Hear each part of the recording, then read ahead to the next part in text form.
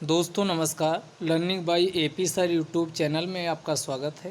PIB news analysis पे नज़र डालते हैं और आज की शुरू करते हैं मल्टीपल चॉइस क्वेश्चन यानी जिसको एमसीक्यू कहा जाता है। उसके माध्यम से हम जो एग्ज़ाम के पॉइंट ऑफ व्यू से इम्पॉर्टेंट न्यूज है उसका एनालिसिस देखेंगे। तो पहला जो पीआईबी में इम्पॉर्टेंट न्यूज आपके एग्ज़ाम के लिए है वो प्रधानमंत्री मित्र योजना से है। तो पूछा गया है कि प्रधानमंत्री मित्र के संदर्भ में निम्नलिखित कथनों पर विचार कीजिए। पहला, यह योजना मोदी जी के विजन 5F है। तो आप लोग अब कमेंट बॉक्स में बताइएगा ये 5 का संबंध क्या है।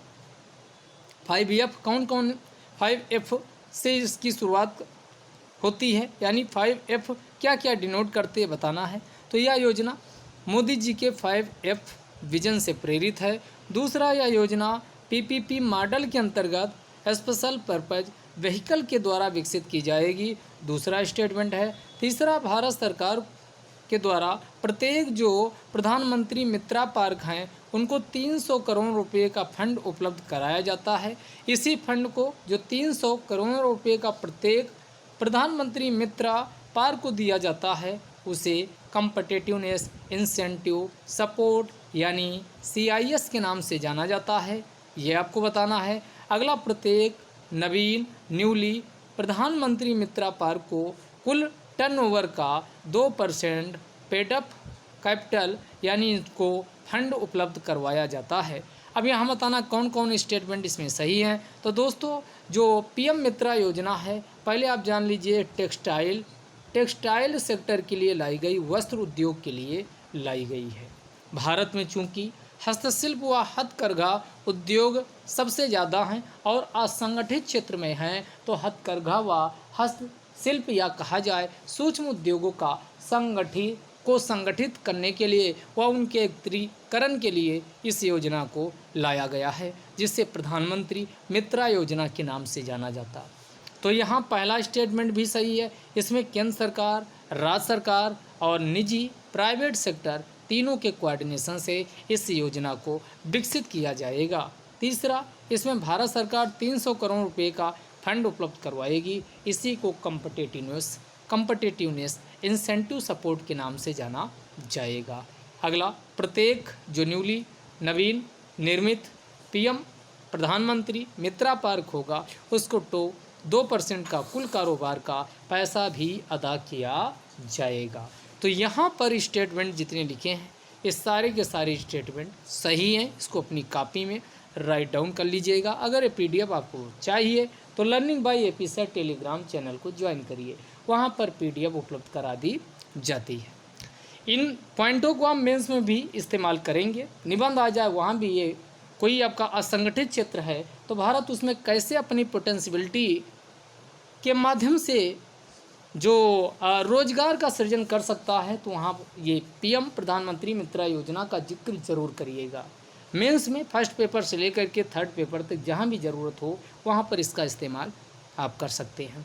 अगला, हाल ही में अप्रेंटिसशिप मेला का आयोजन किया गया। अब क्वेश्चन पूछेगा कि ये अप्रेंटिसशिप मेला किसके माध्यम से आयोजित किया गया है। तो इसमें स्किल इंडिया, भारत में कौन है, स्किल इंडिया, और इसमें सहायता ली जा रही है डायरेक्टोरेट जनरल ऑफ ट्रेनिंग, जिसको DGT के नाम से जाना जाता है। और साथ ही ये काउंसिल जरूर ध्यान रखिएगा कॉरपोरेशन, जिसे नेशनल स्किल डेवलपमेंट कॉरपोरेशन के नाम से जाना जाता।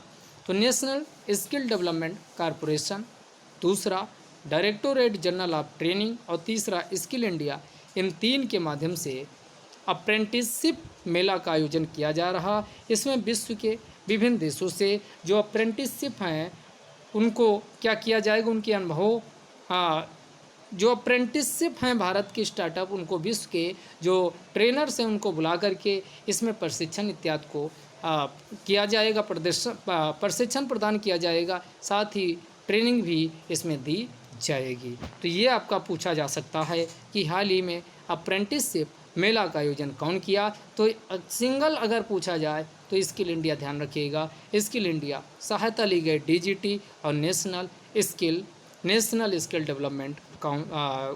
डेवलपमेंट कॉरपोरेशन से। अगला क्वेश्चन आते हैं। अगला क्वेश्चन है कि national policy on skill development and entrepreneurship, राष्ट्रीय नीति किस पे? स्किल डेवलपमेंट, कौशल विकास पे और उद्यमिता पर। तो ये उद्यमिता कौशल विकास व उद्यमिता पर राष्ट्रीय नीति 2015 में आई। तो पूछ लेगा ये नीति कब आई है? जब कौशल डेवलपमेंट, प्रधानमंत्री कौशल विकास योजना आ जाए, कोई भी आ जाए, तो वहाँ इस नीति को ज़रूर आप इस्तेमाल करिए। भारत में रोजगार की समस्या पर इस स्कीम को ज़रूर लिखिए। ऐसे वाले टॉपिक में इस स्कीम का रेफरेंस ज़रूर दीजिए कि national policy on skill development and entrepreneurship 2015 में आई। विचार करना, इसको पीएम मोदी जी के द्वारा क्या 15 जुलाई 2015 को लॉन्च किया गया? बिल्कुल बात सही है, इसको 15 जुलाई 2015 को लॉन्च किया गया है। इसका उद्देश्य क्या है? जो स्किल्ड वर्क फोर्स है, स्किल्ड वर्क फोर्स की जो डिमांड एंड सप्लाई है, यानी अब मार्केट में स्किल्ड वर्क फोर्स की ज़रूरत है, लेकिन उसकी डिमांड व सप्लाई में गैप रह पाता है। तो उस गैप को पूरा करने के लिए और बेहतर रोजगार के अवसर हों, इसके लिए जो ट्रेनिंग इत्यादि है वो भी अच्छी क्वालिटी की प्रदान की जाए। इसी को सुनिश्चित करने के लिए national policy on skill development and entrepreneurship 2015 को लाया गया है। तो यहाँ पर पहला स्टेटमेंट भी सही है और दूसरा स्टेटमेंट भी सही है। अगला क्वेश्चन है, भारत के प्रथम डेडिकेटेड इंडियन एस्ट्रोनॉमी मिशन के अंतर्गत किसे स्थापित किया गया? तो भारत का पहला एस्ट्रोसेट है जो भारत के प्रथम डेडिकेटेड इंडियन एस्ट्रोनॉमी मिशन के अंतर्गत इसे स्थापित किया गया है। इसका उद्देश्य क्या है? इसका उद्देश्य है जो एक्सरे होती हैं, एक्सरे में ऑप्टिकल जो रेज होती हैं, ultraviolet rays spectrum band में एक साथ क्या करना, जो सेलेस्टियल खगोलीय सोर्सेज होते हैं उनका अध्ययन करना, उनके बारे में जानकारी जुटाना। कहने का मतलब सीधा सा, अंतरिक्ष में जो खगोलीय पिंड हैं उनके बारे में जानकारी जुटा करके जो अन्य रिसर्च व डेवलपमेंट हैं उनको आगे बढ़ाना इसका मुख्य मकसद या उद्देश्य है। एक प्रकार से एस्ट्रो जो सेट है a multi wavelength astronomy mission है, ध्यान रखिएगा। अगला, हाल ही में business summit on national mission on edible oil palm का आयोजन किया गया। तो ये इसके पहले आपने देखा होगा कि national mission on edible oil palm का शुभारंभ माननीय मोदी जी के द्वारा किया गया था। उसी पर हाल ही में बिजनेस समिट का आयोजन किया गया। पूछ लेगा इस समिट कहाँ आयोजित हुई है? तो इस समिट पूर्वोत्तर भारत के गुवाहाटी असम में हुई है। अब आपको बताना, क्या गुवाहाटी असम की राजधानी है? दोस्तों नहीं, अगर आप ऐसा सोच रहे हैं तो गलती कर देंगे, क्योंकि गुवाहाटी एक सिटी तो है लेकिन असम की राजधानी दिसपुर है। बात करें असम में, तो असम में चूँकि पूर्वोत्तर भारत है, वो पूर्वोत्तर भारत में एडिबल ऑयल जो पाम ऑयल है उसका बहुत ज़्यादा, यानी फ्यूचर में ये पोटेंशियलिटी है कि उसका अच्छा उत्पादन किया जाए और किसानों की आय को भी दुगना करने का जो लक्ष्य रखा गया है 2022 तक उसको भी ईजिली पूरा किया जा सकता है। और दूसरा बात आती है कि अंडमान निकोबार, अरुणाचल प्रदेश, नागालैंड, मणिपुर, मिजोरम, त्रिपुरा, मेघालय, असम, जो ये पूर्वोत्तर भारत है, यहाँ पर जो ऑयल पाम है इसका उत्पादन हो, इसके लिए जो नीति आई है, मिशन जारी किया गया, उसमें अब इस समय देखा जाए भारत में जो पाम ऑयल का प्रोडक्शन होता है वो कितना होता दोस्तों? 3.5 लाख हेक्टेयर है। लेकिन ये टारगेट कहा गया कि अगले 5 सालों में इस समय कितना है? 3.5 लाख हेक्टेयर है ऑयल पाम का प्रोडक्शन। इसी को अगले 5 सालों में इंक्रीज करके 10 लाख हेक्टेयर कर दिया जाएगा। इसके अलावा 50% ऐसा भूभाग जो भी अगले 5 सालों में 50% ऐसा भूभाग जो अभी ऑयल पाम के प्रोडक्शन के अंतर्गत कल्टीवेटेड एरिया नहीं है, ये कहा गया कि अगला 50% और एरिया ऑयल पाम के अंतर्गत इंक्लूड किया जाएगा। और शुरुआती स्तर पर इस स्कीम के लिए कितना फंडिंग की गई है, तो 11,040 करोड़ रुपए की फंडिंग की गई है। तो ये मिशन अगले 5 सालों के लिए है और इस बार के प्रीलिम्स व मेंस के पॉइंट ऑफ व्यू से ये national mission on palm oil, national mission on edible oil, और एडिबल ऑयल में भी oil palm most very most important है। इसको अपने कॉपी में छाप लीजिएगा और मेंस में इसको पूर्वोत्तर भारत के जो विकास को कैसे सुनिश्चित किया जाए, अगर ऐसा कोई निबंध आता है या मेंस में क्वेश्चन आता है तो धर के इस स्कीम को वहाँ छाप दीजिएगा और नंबर बटोर लीजिएगा। आगे आते हैं, अगला क्वेश्चन है 13वां meeting 13th meeting of conference of parties to convention on migratory species, जो प्रवासी पक्षी होती हैं उन पे एक कन्वेंशन हुआ है जो कि पीआईबी में अभी चर्चा बना हुआ है। तो ये 13वां पूछा जाए, 13वां कॉन्फ्रेंस ऑफ पार्टीज ये कहाँ हुआ, ये फरवरी 2020 में असल में हुआ था। किससे संबंधित है, प्रवासी पक्षियों के संरक्षण से संबंधित है। अब पूछेगा ये भारत में हुआ इसलिए इम्पॉर्टेंट है, तो ये क्या है, COP13 पूछ सकता। COP13 का संबंध किससे है, प्रवासी पक्षियों के संरक्षण से है।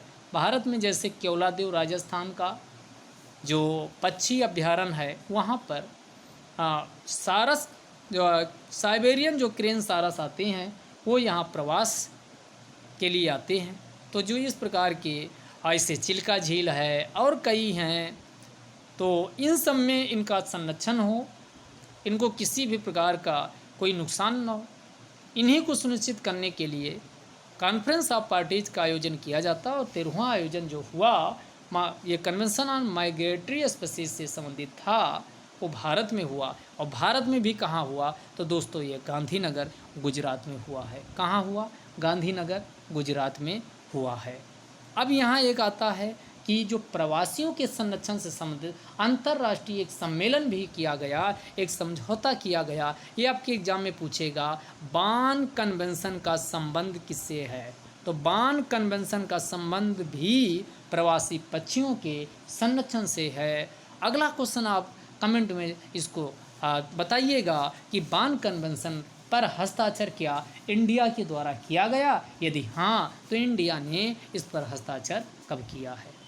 आगे कंटिन्यू करते हैं, अगला क्वेश्चन है 13वां edition of design and engineering summit, यानी 13वां संस्करण का डिजाइन एंड इंजीनियरिंग समिट का आयोजन किया गया। इसके बारे में बताना है, इसका आयोजन क्या नैस्कॉम के द्वारा किया गया। दूसरा 2021 की जो थीम रखी गई है वो इंजीनियरिंग द नेक्स्ट, क्या ये है, तो ये दोनों स्टेटमेंट दोस्तों सही हैं।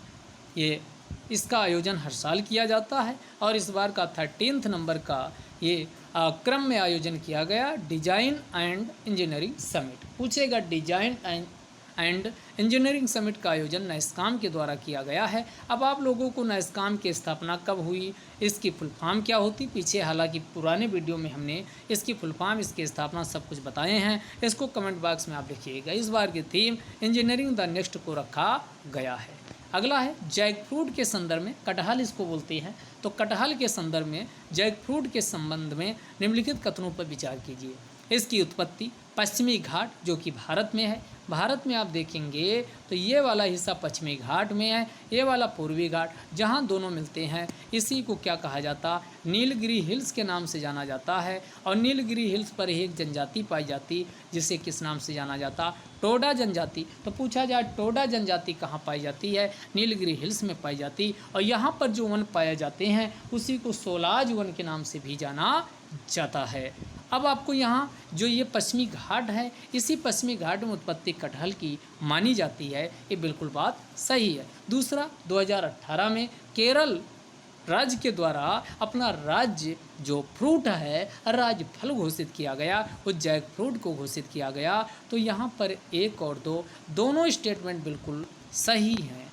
अगले क्वेश्चन पे आते हैं और आज का ये लास्ट क्वेश्चन है, लिखा है निम्नलिखित में से कौन सही सुमेलित हैं। पहला एक दिया गया 2019 का G20 की समिट क्या सऊदी अरब में हुई, बिल्कुल गलत है, क्योंकि 2019 की जापान के ओसाका शहर में G20 का आयोजन किया गया था, तो गलत।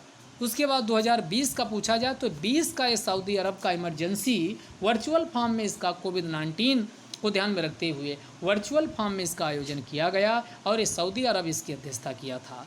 दूसरा 2021 का पूछा जाए तो 21 का इटली में होगा, 22 का इंडोनेशिया में होगा और 23 का कहाँ होगा? अपना महान इंडिया, महान भारत 2023 का भारत में G20 का आयोजन होने वाला है।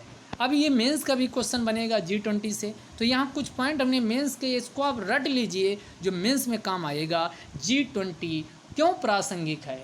तो आप इसलिए प्रासंगिक, जब इसकी प्रासंगिकता पूछी जाए तो कुछ आप फैक्ट फिगर के साथ बात करिए, ऐसे आपका नंबर नहीं मिलने वाला है। तो इसमें इंटरनेशनल एक फोरम है एक प्रकार का, जहाँ पर विश्व के जो राष्ट्राध्यक्ष होते हैं, हेड ऑफ स्टेट होते हैं, व सरकार के जो अनडेलीगेट्स व रिप्रेजेंटेटिव होते हैं, वो एक मंच पर इकट्ठा होते हैं और अपने राजनीतिक, सामाजिक, आर्थिक, सांस्कृतिक हितों को आगे बढ़ाने के लिए आपस में मिलजुल कर कार्य करने पर अपनी प्रतिबद्धता को दर्शाते हैं या प्रतिबद्धता कमिटमेंट व्यक्त करते हैं। अब ये इसलिए रिलेवेंस है क्योंकि विश्व की जीडीपी का, विश्व की सकल घरेलू उत्पाद, भारत की नहीं, विश्व की जीडीपी का 80% अकेला G20 शेयर करता है।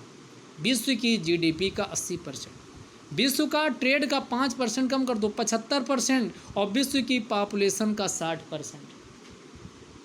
तीन डेटा तो बिल्कुल याद कर लीजिए। सबसे ज़्यादा जीडीपी 80%, विश्व ग्लोबल ट्रेड का 75% और विश्व की जनसंख्या का 60% अकेला G20 हिस्सेदारी G20 की है। अब इस डेटा से आप अनुमान लगा सकते हैं कि G20 में विश्व के जितने भी मेजर अर्थव्यवस्थाएं हैं या प्रमुख विश्व की जनसंख्या वाले देश हैं, वो सभी एक मंच पर आपस में मिलते हैं। इसलिए G20 इतना रिलेवेंस है और रहेगा। अगला, अब इसकी स्थापना 1999 में हुई थी और 1999 से एवरी ईयर, प्रत्येक वर्ष इसकी मीटिंग होती रही है। लेकिन 2008 से रेगुलर बेसिस पे एक साल में नॉर्मली इसकी एक मीटिंग होती थी, लेकिन 2008 के बाद ये फिक्स कर दिया गया कि G20 की हर साल मीटिंग होनी ही होनी है। तो 2008 से इसकी अब हर साल मीटिंग होगी और इसमें जो रिस्पेक्टिव हेड ऑफ स्टेट, जो जैसे भारत है तो भारत के जो हेड ऑफ स्टेट होंगे वो रिप्रेजेंट यहाँ करते हैं, व गवर्नमेंट के अन्य जो डेलीगेट्स होते हैं, अन्य रिप्रेजेंटेटिव हैं, उनके द्वारा इस मीटिंग में पार्टिसिपेट किया जाता। अब आप लोग को एक इंटरेस्टिंग क्वेश्चन बताते हैं। इतना अच्छा संगठन है तो इसका हेड क्वार्टर्स कहाँ है? एक कमेंट बॉक्स में लिख के बताइएगा। तो इसको आप बताइएगा इसका हेड क्वार्टर्स कहाँ है। अब आप इसको जब कमेंट बॉक्स में लिखेंगे तो पता चलेगा आप कितने सजग व सतर्क होकर आप वीडियो को सुनते हैं और समझते हैं। पुराने वाले वीडियो में हमने इसके बारे में G20 की और डिस्कस किया है। ये वीडियो यहीं तक। आपको ये वीडियो कैसा लगा आप कमेंट बॉक्स में अपनी राय दीजिए, और इस वीडियो को अगर पसंद आता है तो आप इसको लाइक करिए, पसंद नहीं आता तो डिसलाइक करके भी बताइए कि आपको वीडियो पसंद नहीं आ रहा। तब तक के लिए जय हिंद, जय भारत।